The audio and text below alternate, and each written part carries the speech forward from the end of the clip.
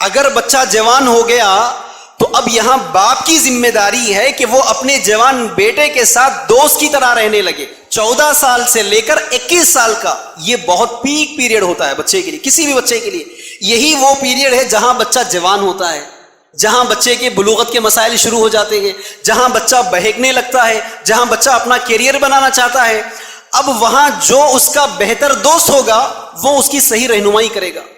دین اسلام کی تعلیمات اگر آپ غور کریں گے تو باپ کی ذمہ داری تھی کہ بچہ اگر جوان ہو جائے تو باپ اپنے بیٹے کے ساتھ ایک دوست کی حیثیت سے رہتا تو باپ بچے کی صحیح تربیت کر پاتا.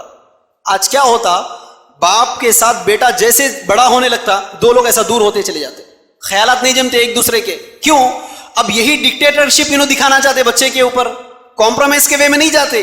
باپ کو سمجھنا چاہیے کہ اب بیٹا میرا بھی بڑا ہوا, اب انہیں بھی جوان ہوا, اس کے بھی اوپینینز چینج ہو سکتے, اس کے بھی خیالات چینج ہو سکتے.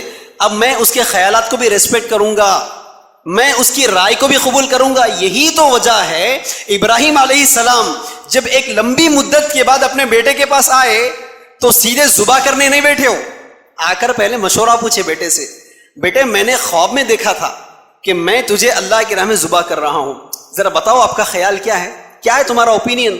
حالانکہ چاہتے تو ابراہیم سیدھے سیدھے گردن اڑا دے سکتے تھے بیٹے کی, اللہ کا حکم تھا نا, ایسا نہیں کیا. ابراہیم نے کیا کیا, پہلے بیٹے سے مشورہ کیا, بیٹے کا رائے لینا چاہا. تو جب باپ صحیح تربیت میں آ گیا, باپ صحیح سلیقے سے آیا تو بیٹا بھی سلیقے کا جواب کیا دیا, اے ابو کیوں سوچ رہے آپ کے رب کا جو حکم ہے وہی کر دو, ستجدنی انشاءاللہ من الصابرین, آپ مجھے صبر کرنے والوں میں پائیں گے. تو ہم اس واقعے کو کیوں بھول جاتے؟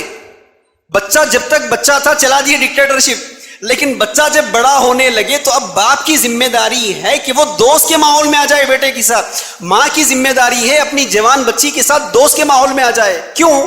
بچہ جوان ہونے کے بعد 1000 مسائل شروع ہو جاتے, کیریئر کو لے کر 100 سوالات ذہن میں آنے لگتے ہیں, جوانی کے 100 مسائل شروع ہو جاتے ہیں.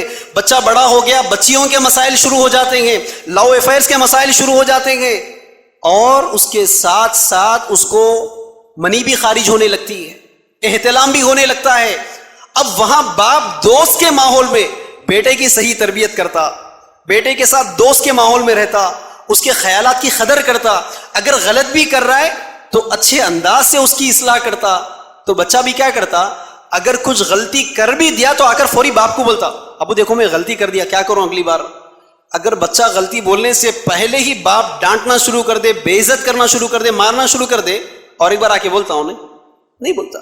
آج یہی تو وجہ ہے کہ بچہ جوان ہو رہا ہے لیکن اس کو مسلیڈ کون کر رہے, دوست کر رہے. نہیں دیکھ رہے آپ آج بچے بگڑ رہے. کوئی باپ نہیں بول رہا اپنے بچے کو پورنوگرافی دیکھنے کے بارے میں, کوئی باپ اپنے بچے کو نہیں کہہ رہا ہے کہ بچی کے پیچھے چلے جاؤ, کوئی باپ اپنے بچے کو نہیں کہہ رہا ہے کہ پڑھائی میں پیچھے ہو جاؤ, کوئی باپ نہیں کہہ رہا ہے. لیکن وہ دوستی کا ماحول مل گیا جس کے نتیجے میں بچہ بگڑ گیا.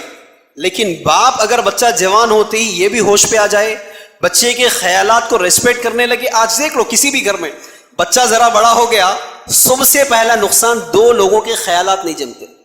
وہی اگر اسلامی تعلیمات سکھاتے, ابراہیم علیہ السلام اور اسماعیل علیہ السلام کا کمیونیکیشن وے کیسا تھا, اگر یہ بتا دیتے تو نقصانات ہی نہیں ہوتے.